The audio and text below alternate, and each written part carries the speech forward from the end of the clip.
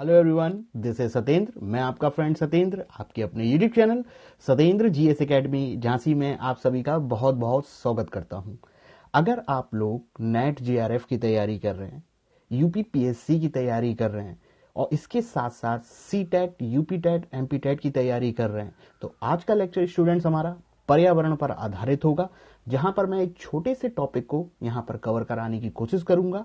उससे संबंधित कुछ महत्वपूर्ण पॉइंट्स बोलूंगा। अगर आपको महत्वपूर्ण लगे तो उसको नोट जरूर करते चलिए। मैं नोट की हमेशा इसलिए बोलता हूं क्योंकि आप वीडियो देखने के बाद वो वीडियो आपको कुछ दिनों तक आपके मेमोरी में रहेगा और वो कुछ दिनों बाद वो डिलीट हो जाएगा। तो प्लीज पेन और पेपर लेके जरूर बैठिए ताकि आपके नोट्स बनते रहें आपके, ठीक है। और आज का हमारा टॉपिक टाइटल है IUCN। हम लोग पर्यावरण में IUCN से संबंधित कुछ पॉइंट्स कवर करेंगे।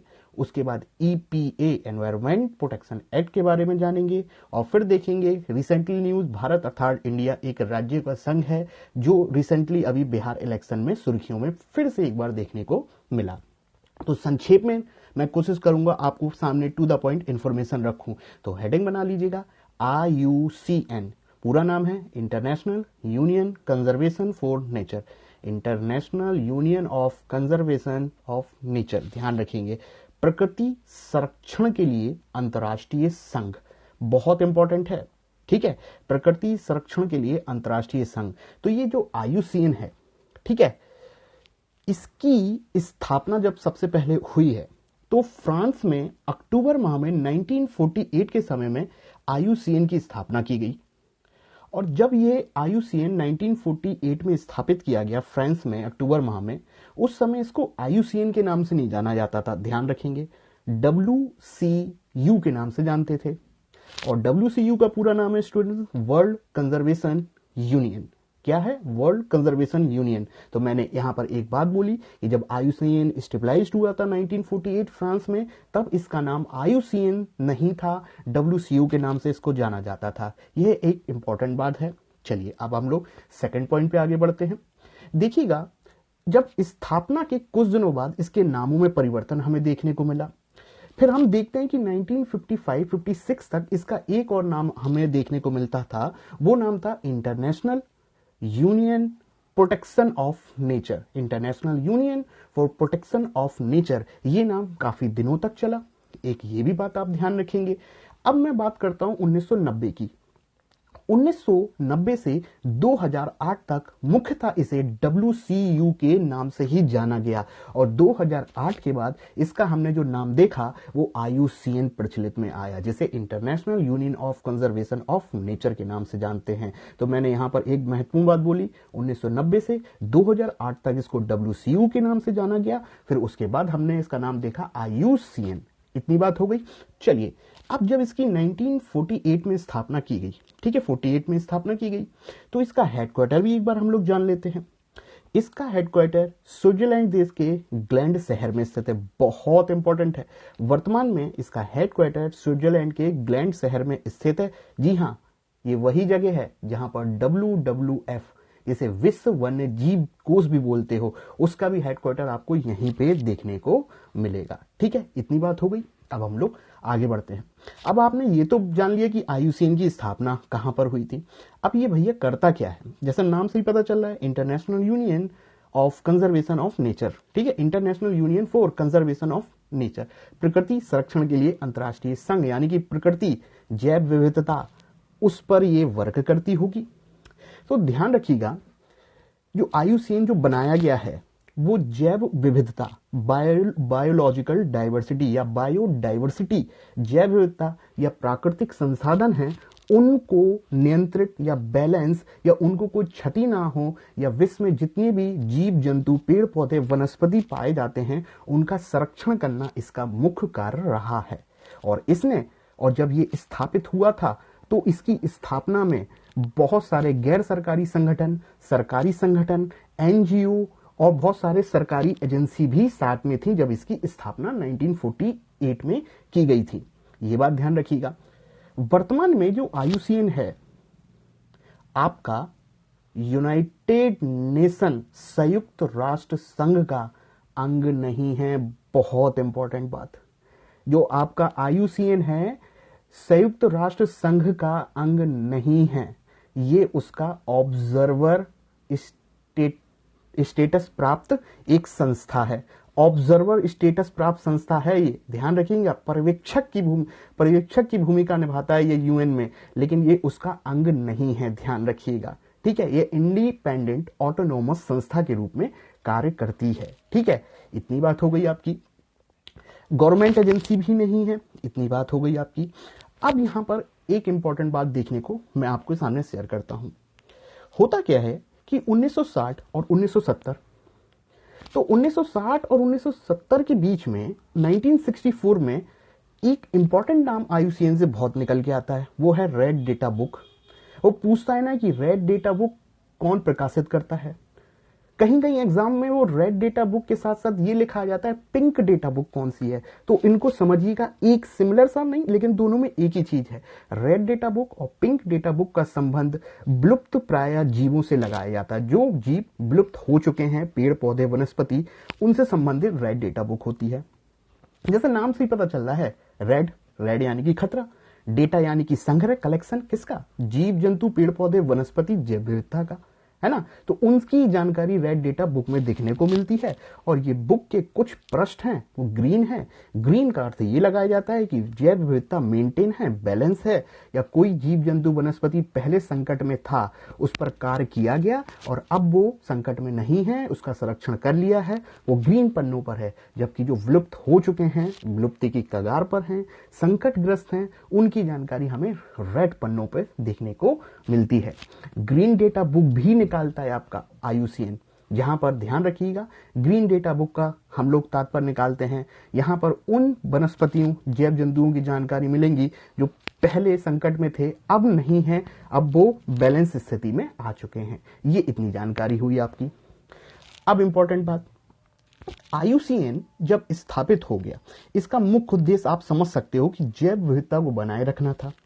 जब हम लोग 1970 पे पहुंचते हैं तो 70 से 71 आपको पता होगा कि आईयूसीएन ने क्या क्या ऐसे कार्य किए अंतर्राष्ट्रीय स्तर पर जो हमें जानना चाहिए। आपको पता हो 71 में रामसर समझौता हुआ था, या इसको हम बोलें कि रामसर आर्द्रभूमि कन्वेंशन के नाम से भी जानते हैं। रामसर क्या है, ईरान में एक जगह है, और रामसर कन्वेंशन जो हुआ था वो आर्द्रभूमियों से संबंधित है। तो 1971 में रामसर कन्वेंशन तक पहुंचने में भी, या इस संधि को स्थापित करने में भी आईयूसीएन की महत्वपूर्ण भूमिका रही है। ध्यान में रखेंगे हम लोग। इतनी बात हो गई। अब आर्द्रभूमि क्या होती है उस पर सेपरेट डिस्कशन करेंगे, थोड़ा सा लेंथी टॉपिक है वो वाला आपका। आर्द्रभूमि वेटलैंड्स के नाम से जानते हैं।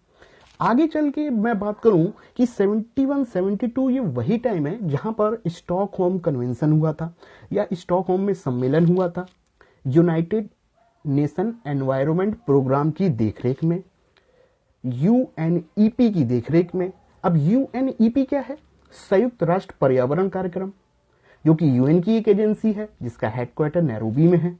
तो जब 1971-72 में स्टॉकहोम कन्वेंशन होता है तो वहां पर आपने देखा होगा कि 5 जून एक निकल कर आता है विश्व पर्यावरण दिवस। ठीक है, तो आईयूसीएन ने अपनी स्थापना के बाद बहुत से ऐसे कार्य किए हैं जो पर्यावरण जैव विविधता से संबंध है, चाहे वो आर्द्रभूमियों से रिलेटेड हो, चाहे वो आपका जो अभी मैंने बोला 5 जून स्टॉकहोम सम्मेलन से संबंधित हो। ये बेसिक जानकारी है। थोड़ा सा आगे बढ़ते हैं। CBD, convention of biological diversity, उसके निर्माण में भी इसकी भूमिका रही है। अब थोड़ा सा हम लोग आगे बढ़े। 1980 यह वो समय था जब आईयूसीएन आगे बढ़ के आया, और आईयूसीएन को सहयोग करने के लिए कुछ संस्थाएं आई, जैसे कि कौन, यूएनईपी और डब्ल्यूडब्ल्यूएफ ने मिलकर आईयूसीएन की सहायता की जैव विविधता पर। और तब जाके 1980 में जब आईयूसीएन ने इन दो संस्थाओं के साथ मिलकर कार्य किया और एक अवधारणा प्रस्तुत करने की कोशिश करी, उस पर विस्तृत व्याख्या देने की कोशिश करी। उस कॉन्सेप्ट का नाम था सतत विकास की परिभाषा। तो ध्यान में रखिएगा, 1980 से 84 के बीच में आईयूसीएन ने ही सतत विकास पे सर्वप्रथम विस्तृत एक बिल्कुल डेफिनेट परिभाषा देने का कार्य किया इन दो संस्थाओं के साथ मिलकर। इतनी बात हो गई। अब थोड़ा सा और आगे बढ़ते हैं। अब 1984 तक पहुंच गए। अब इतना पहुंच गए तो 1990 भी जान लीजिएगा। 1972 से 1992 ये 20 साल का जो समय है, औद्योगिक क्रांति तो टेम्परेचर बढ़ा ही दिया विकसित देशों ने। डिटेल में जानेंगे, अभी इतना जानिए। 92 पे पहुंचते हैं, रियो सम्मेलन होता है। कहां पर होता है? ब्राजील के रियो डी जेनेरियो में होता है, जिसे अर्थ समिट के नाम से जानते हैं, है ना। अर्थ समिट, जिसका मुख्य उद्देश्य था सतत विकास की अवधारणा की विस्तृत व्याख्या करना। इतनी बात हो गई। इस सतत विकास की अवधारणा या रियो सम्मेलन तक पहुंचने में भी आईयूसीएन ने अपनी महत्वपूर्ण भूमिका निभाई है। इधर तक ध्यान में रखेंगे। अब ये 92 में जो रियो सम्मेलन हुआ, जिसको हम एजेंडा 20 के नाम से भी जानते हैं, यहीं पे कुछ अवधारणाएं और आई जहां पर जिनको स्थापित करने में आईयूसीएन ने पार्टिसिपेट किया था। जैसे कि क्या? 92 में ही हमें पता होना चाहिए कि UNFCCC अस्तित्व में आया। क्या है UNFCCC? United nation framework convention of climate change. ठीक है, एक फ्रेमवर्क अस्तित्व में आया जो बायोडाइवर्सिटी पर काम कर सके 94 में। इतनी बात हो गई। आगे चल के UNFCCC जो फ्रेमवर्क बनाया गया बायोलॉजिकल बायोडाइवर्सिटी पर काम करने के लिए या सतत विकास पर काम करने के लिए, इसने बोला कि भैया कि जो टेम्परेचर बढ़ रहा है, ग्लोबल वार्मिंग हो रही है, सतत विकास जो हम चाहते हैं वहां तक नहीं पहुंच पा रहे हैं। ग्रीनरी को मेंटेन इस तरीके से करो कि ग्रीनरी भी बनी रहे और साथ में हमारी जो आने वाली पीढ़ी है वो ये ना बोले कि भैया सब कुछ खा के बैठ गए, हमारे लिए तो कुछ छोड़ा ही नहीं, है ना। ऐसा भी नहीं होना चाहिए ना कि हमारी पीढ़ी भी तो पीछे है, उसका भी तो ध्यान रखना है, ताकि रिसोर्स इस तरीके से इस्तेमाल करो। इसी को तो बोलते हैं हमारा सतत विकास। और हमें यह भी पता है सतत विकास की अवधारणा या सतत जो विकास जो होता है, सस्टेनेबल डेवलपमेंट, किसने दिया ये शब्द? इस पर एक कमीशन आया था, बर्टलैंड कमीशन, ध्यान रखेंगे। ठीक है, नॉर्वे के पीएम जो होते थे ना, वहां से रिलेटेड है, ध्यान रखिएगा। अब आगे बढ़ते हैं। फिर 1994 में UNFCCC आता है। उसके बाद जब सबने बोल दिया कि भैया टेम्परेचर बढ़ रहा है, साल में एक बार तो बैठते हैं, चलो बैठ लेते हैं। 95 में बैठना चालू किया और 95 से ही कोप की अवधारणा स्पष्ट सामने आती है। COP, कॉन्फ्रेंस ऑफ पार्टीज, जो अखबारों में आप सुनते हो, COP 1 2 3 4 15, पेरिस समझौता। जी हाँ, कोप 15, जिस पर आपके डोनाल्ड ट्रंप ने हस्ताक्षर करने से मना कर दिया था, उसी की शुरुआत, कोप की शुरुआत 95 से हुई। जो वर्तमान में आपको पता होगा, यूएस ने कोप पर साइन करने पर, हस्ताक्षर करने से मना कर दिया था ट्रंप ने। अब तो ट्रंप नहीं है। वो कौन सा समझौता था? कोप 15, पेरिस समझौता। लेकिन वर्तमान में जो गवर्नमेंट आई है जो बाइडेन की, बराक ओबामा से संबंधित वाली पार्टी आपकी, वो चाहते हैं कि वो लोग पर्यावरण वाले मुद्दों को उसमें आगे आए, यानी कि पेरिस समझौता फिर से यूएस चाहता है कि वो इसका पार्ट बने, और डोनाल्ड ट्रंप, ये एक विचारधारा है अलग अलग। इतनी बात हो गई आपकी। और यहीं से हमें ये भी पता है कि कोप 1 95 में हुआ होगा, कोप 2 6 में हुआ होगा, कोप 3 97 में हुआ होगा। कोप 3 इंपॉर्टेंट हो जाता है क्योंकि वहां पर क्योटो प्रोटोकॉल, कार्बन क्रेडिट जैसी अवधारणाएं भी निकल कर आती हैं। हम लोग सेपरेट कार्बन क्रेडिट और रिसेंटली रिपोर्ट में क्या आया है लास्ट ईयर एनवायरनमेंट पे, वो डिस्कस करेंगे। अभी इतनी बात हो गई। तो आईयूसीएन का मैंने जो भी बताया, आप बेसिक जानकारी उसको कवर करके चलेंगे, आपके एग्जाम के लिए बहुत इंपॉर्टेंट हो सकती है। इतनी बात हुई। इसके साथ साथ हमने पर्यावरण की कुछ बातों को यहां पर कवर करने की कोशिश करी।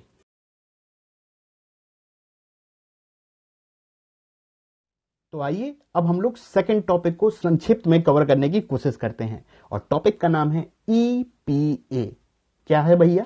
EPA, एनवायरमेंट प्रोटेक्शन एक्ट, या पर्यावरण संरक्षण अधिनियम एक्ट। समझते हो ना, जो पार्लियामेंट से पास होके कानून बनते हैं, ठीक है, उन्हीं को हम एक्ट बोलते हैं, एक लॉ। तो EPA, एनवायरमेंट प्रोटेक्शन एक्ट, बहुत इंपॉर्टेंट है। ठीक है, जो मानव की जो गतिविधि धीरे धीरे पर्यावरण को नुकसान करने की बढ़ रही थी, उन पर कंट्रोल लगाए जा सके, तो 72 स्टॉकहोम में ये भी मुद्दा उठाया गया था कि मानव की गतिविधि कैसे सीमित की जाए। तो भारत ने इस दिशा में अपना कदम बढ़ाते हुए नवंबर माह 1986 में 1986 में ईपीए एक्ट पारित किया पार्लियामेंट से। 19 नवंबर की डेट है जहां तक, जिसे हम लोग छाता विधान के नाम से भी जानते हैं। ध्यान रखिएगा टेट वाले स्टूडेंट, ठीक है, इसे छाता विधान के भी नाम से जानते हैं। छाता विधान क्या ध्यान में रखना है कि इसका आप लोगो देखोगे ना तो हाथ पर इसके एक पपाया समझते ना, पपीता, एक पत्ता रखा हुआ है और उस पत्ते पर इसने क्या है, अर्थ को अपने ऐसे हाथ में ले रखा है। तो जो छाता का शेप आता है ना, वो चीज देखने को मिलती है। तो ध्यान में रखिएगा, इसे ईपी एक्ट को छाता विधान के नाम से भी जानते हैं, जिसमें 4 अध्याय 26 खंड शामिल हैं। ठीक है, इतनी बात ईपीए से संबंधित थी, बहुत ज्यादा डिटेल में इसमें नहीं जाएंगे, क्योंकि जो इसमें जो अब बताया गया है वो आपका रिपोर्टों पर आधारित है और एग्जाम में बहुत ज्यादा नहीं आता। आपका बेसिक सा ये पता होना चाहिए कब आया, ठीक है। बाकी तो पर्यावरण जो है उस पर हम लोग डिटेल में बात करेंगे ही। जैसे मैंने बोला आर्द्र भूमि पे भी सेपरेट लेक्चर आएगा। ये था आज का हमारा लेक्चर। जाते जाते थोड़ी सी बात, भारत अर्थात इंडिया राज्यों का संघ है, कर ही लेते हैं। रिसेंटली बिहार में इलेक्शन हुए 243 सीट पर। आपने देखा नीतीश कुमार जी फिर से सीएम बन गए 7वीं बार आपके, ठीक है। तो आपने देखा होगा AIMIM पॉलिटिक्स में नहीं जानते हैं हम लोग, सिंपल सी बात करते हैं कि भारत हिंदुस्तान या इंडिया, भारत हिंदुस्तान या इंडिया। भैया ये शब्द आए कहां से? जो रिसेंटली सुप्रीम कोर्ट भी अभी कुछ टाइम पहले आया था कि भारत भारत ही रहने दे। सुप्रीम कोर्ट ने कुछ दिनों पहले बोला था भारत ही करते हैं नाम, इंडिया हटाकर, ठीक है। और रिसेंटली अखबारों में, न्यूज़पेपर में आया है बिहार इलेक्शन में। तो हम लोग उस पर नहीं जाते हुए हम लोग ये देखते हैं कि भारत, इंडिया, ये शब्द आए कहां से, ठीक है। अगर आप इतिहास के छात्र हैं तो हिस्ट्री पढ़ी होगी, तो वैदिक काल, ठीक है, ऋग्वेदिक काल जिसे बोलते हो, तो पुराण भी पढ़े होंगे, पुराण, ठीक है। तो वहां पर हम जाते हैं, वैदिक युग या आर्यन युग भी बोल सकते हैं। तो वहां पर बताया गया था कि एक कबीला हुआ करता था जिसे हम लोग भरत कबीला के नाम से जानते थे। किस कबीले के नाम से? भरत कबीले के नाम से जानते थे, जिसका नाम, राजा का नाम था सुदास। और यह भी बताया गया था कि जो भरत वंश के राजा थे वो दुष्यंत के पुत्र थे। पुराणों में भी ये जानकारी मिलती है हमें।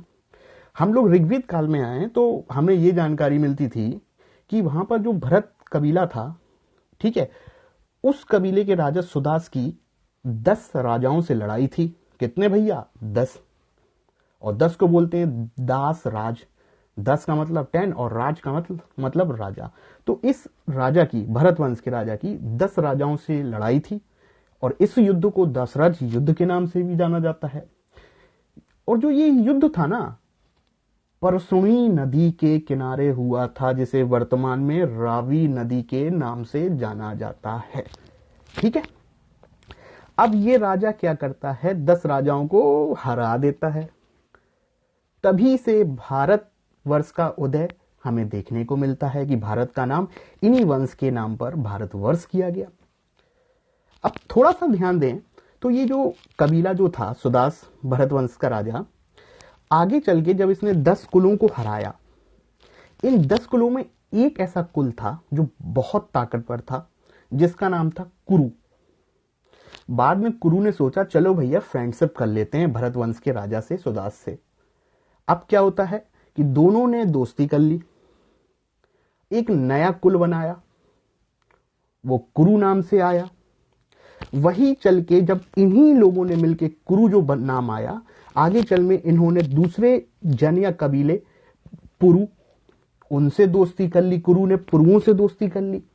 तो ये कुरु और पुरु मिलके बन गए आपके कुरुक्षेत्र, जिन्होंने उत्तर वैदिक काल में गंगा के मैदान में राज्य किया और यहीं पे हम लोग को कुरुक्षेत्र भी देखने को मिला, ठीक है। इस तरीके से निर्माण हमको देखने को मिला।